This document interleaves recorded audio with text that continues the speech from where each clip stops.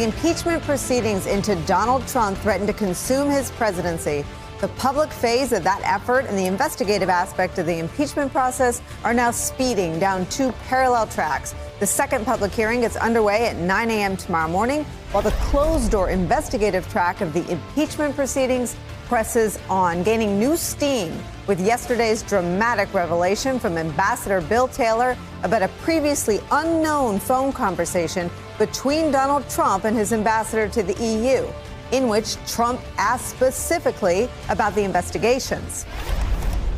In the presence of my staff at a restaurant, Ambassador Sondland called President Trump and told him of his meetings in Kyiv. The member of my staff could hear President Trump on the phone asking Ambassador Sondland about the investigations. Ambassador Sondland told President Trump the Ukrainians were ready to move forward. Following the call with President Trump, the member of my staff asked Ambassador Sondland what President Trump thought about Ukraine.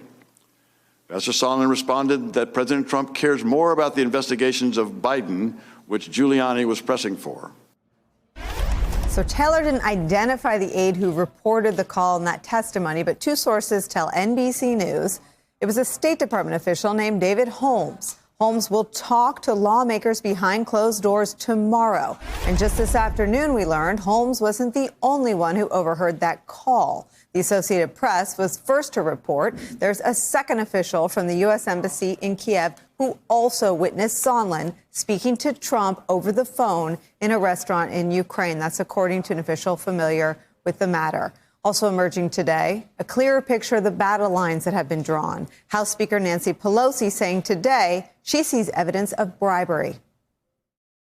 Bribery, and that is in the Constitution attached to the impeachment proceedings. So what was the bribe here? The bribe is to grant or withhold military assistance in return for a public statement of a fake investigation into the elections. I am saying that what is the president has admitted to and says it's perfect. I said it's perfectly wrong. It's bribery. And it says that Republicans are watching something else entirely yesterday. Their defense seeming to land on a case about the witnesses' proximity to the misconduct. In any event, it's more second-hand information. Second-hand, third-hand, and even fourth-hand rumors. Second, third, fourth hand, things like that. Second, third, fourth, or fifth-hand knowledge. You got to give them credit for their talking point distribution methods. The problem, though, with that defense of the president is that it has an expiration date and a hefty dose of hypocrisy. Next week, witnesses with firsthand knowledge of the president's conduct and statements will testify publicly. Alexander Vindman was on the July 25th call. Gordon Sondland spoke with Donald Trump repeatedly and may have been the one who carried out his wish for that quid pro quo. Fiona Hill was party to several meetings that lay at the heart of the impeachment investigation.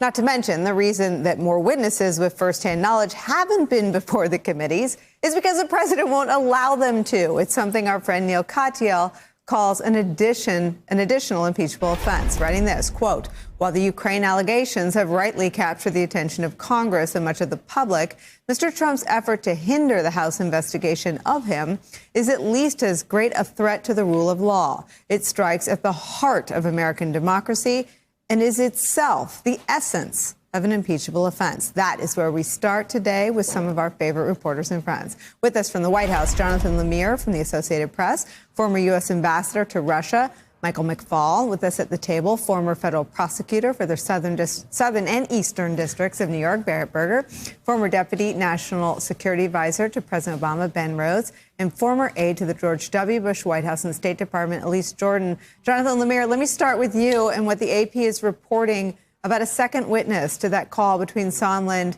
and Donald Trump, who, among other problems with it, sounds like it wasn't secure at all. Right. Yesterday, in many ways, the breakout piece of news, if you will, was the revelation of this phone call from Ambassador Taylor. He revealed it yesterday in the hearing, saying that one of his aides overheard it. As you said, that aide will now be testifying behind closed doors in the next couple of days. Well, the AP has been able to report today that a second diplomatic staffer was also present at the time, overheard the call, and has verified the same contents. So what this does, it is a significant step here. It that much more closely ties the president to this efforts to shake down Ukraine, to threaten to withhold the military aid unless it cooperates with his desire to investigate, that's the word he used, investigate Joe Biden and his family under the guise of corruption, but of course, really for its political purpose. You know, Jonathan Lemire, it also shows the weaknesses with the Republican posture. This is a live investigation. Every deposition, every day of witness testimony, depending on the line of questioning, could yield new evidence like this. It sort of reveals the holes in the lack of a White House war room or the lack of a White House strategy that when there's a new witness, a new fact pattern, they're still flat-footed. Absolutely. We saw that yesterday, how scattershot the Republican efforts at defense were. The ranking minority member Nunes yesterday delving into conspiracy theories right off the bat. Conspiracy theories born from the fever swamps of the extreme right. The reporting that we've done here in the last day or so, the president is frustrated. He thought that yesterday he wished his Republican allies on the Hill had mounted a more of a robust defense of him, defending his actions, not just trying to push back on the process of the matter.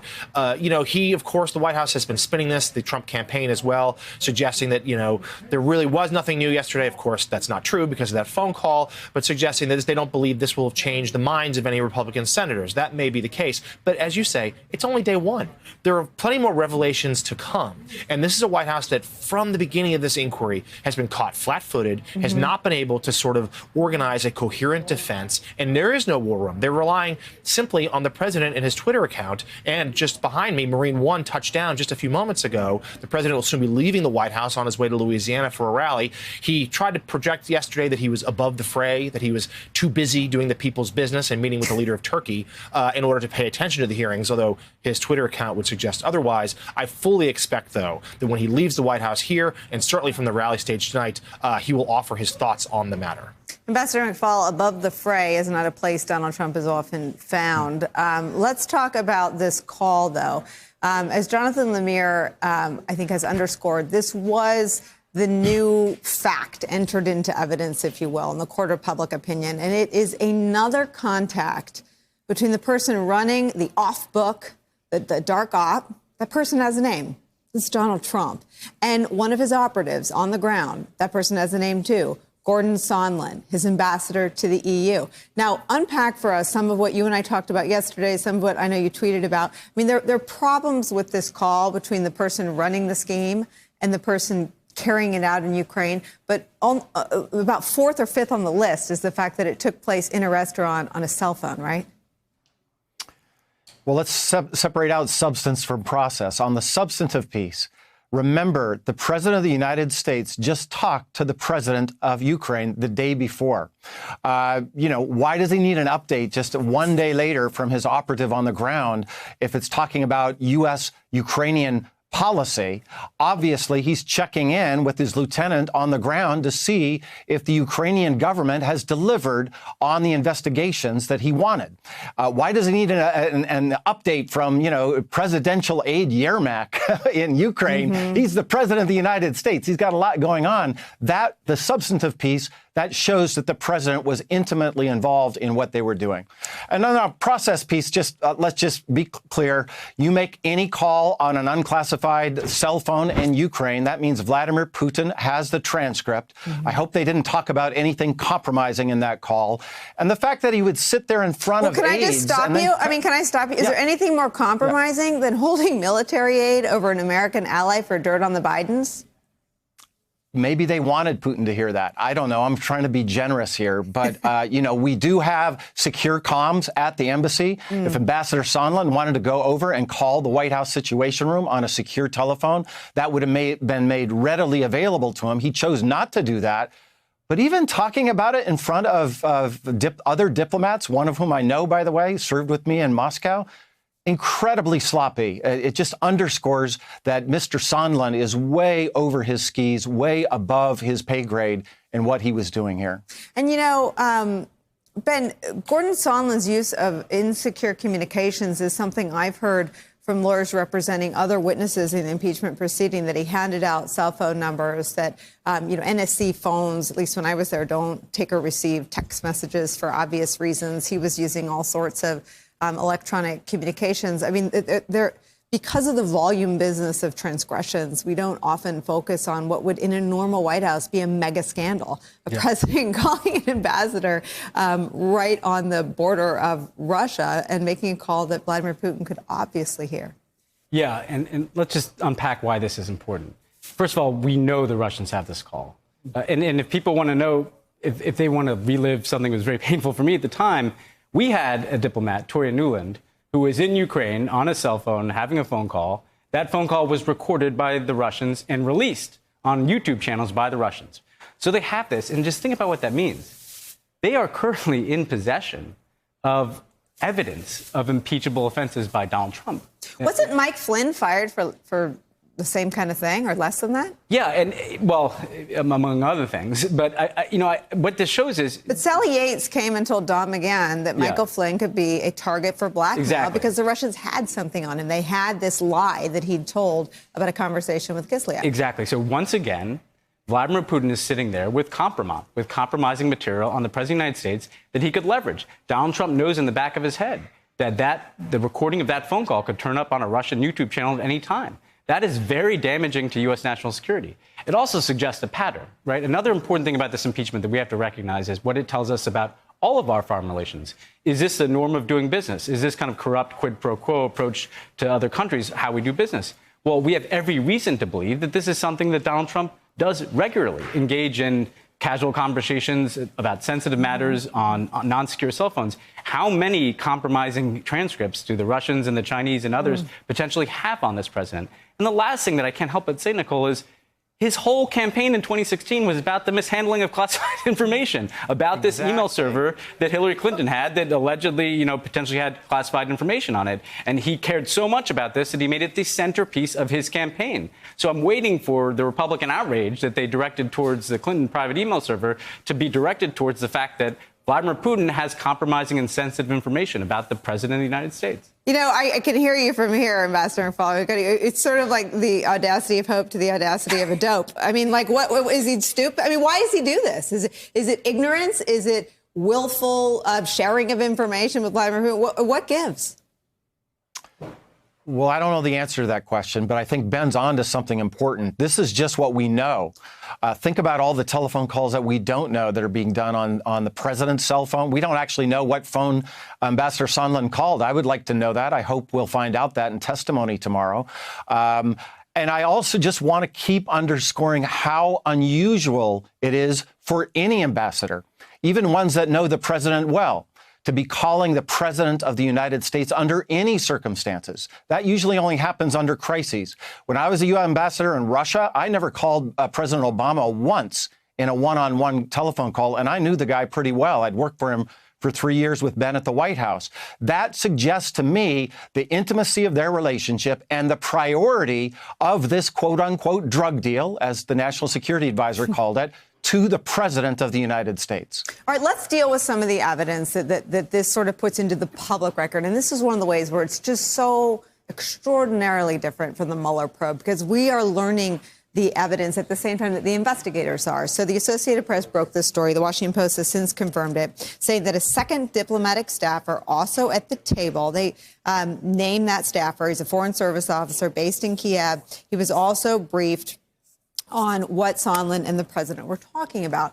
Can we talk about that as a piece of evidence, as well as Sondland as a witness and perhaps someone who may now have some legal exposure himself?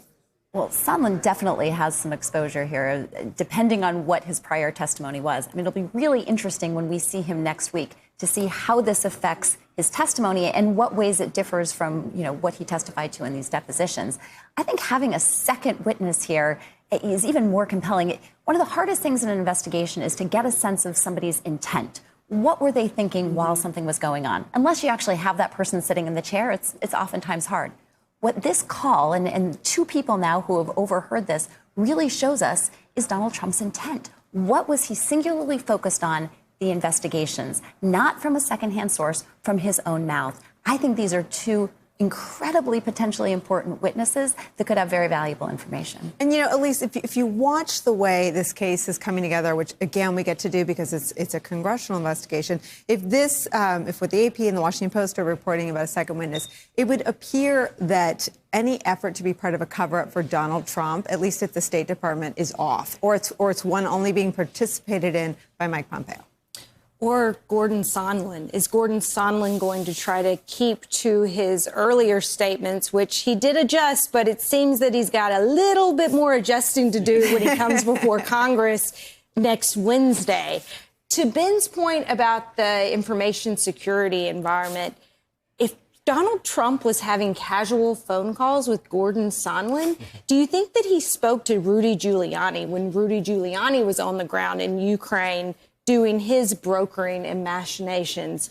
This ripple effect, and as we see these various State Department witnesses come forward, the State Department witnesses, I think, are the most damning form because they are so steady and level, and they are skilled in their delivery. They are skilled in not crossing the lines of offense. This is what they're trained to do. And so as these witnesses just essentially pile up, it becomes much harder for Republicans to claim the second, third, fourth-hand talking point. You know, Jonathan Lemire, it brings me back to all of Donald Trump's conduct during the Mueller probe around pardons. He dangled pardons. We know it was something that Mueller investigated for Mike Flynn and Paul Manafort. How long, I mean, give me like an clock countdown until you think he's willing to dangle a pardon in front of Gordon Sondland if he defies a congressional subpoena. I mean, he is clearly... it is at least in the realm of possibility that there's some concern that he may have perjured himself. He sent 3 pages of amended testimony with the release of his transcript last week. We had this new piece of evidence from Ambassador Taylor's testimony, a new witness scheduled tomorrow, your news organization testifying to a second witness to that call. I mean, how long do you think until Donald Trump starts tweeting about pardons? Let's start the countdown clock now. We can put it in the corner of the screen and go from there. I wish I knew how to do that. You know, yeah. Before the hour's up, let's get on that. It is surprising we haven't heard that chatter yet. And in our reporting, we haven't at this point. But that is certainly, that's a path he went down during the Russia investigation. I don't think it would surprise many people if he were to. Again, certainly this is a White House that is in a crisis mode here. There's divisions inside the building as to how to respond. There's a real feud that has broken out between the White House counsel and the acting chief of staff, Mick Mulvaney, about who should be running the show. Mulvaney certainly has caught the president's ire in the last couple weeks after that really unfortunate, in the Trump's words, press conference that he had in which he sort of owned up to the quid pro quo and said that it was a common occurrence. This is a president who, you know, has still been frustrated with the lack of support he's received from other Republicans, you know, including some yesterday. There were higher hopes in the building behind me for how the lawmakers would do trying to tear down these 2 witnesses. And let's go back to that just for a moment, too, between Kent and Taylor. These are not people you can categorize as never Trumpers or deep state operatives. These are career public officials, career civil servants who have worked under Republicans and Democrats with impeccable reputations. And those are hard people to scapegoat, unlike so many of the others that we saw him try to do during the Mueller probe. And I think between the 2 of them, they'd serve more Republican presidents than Democrats. That's a good point.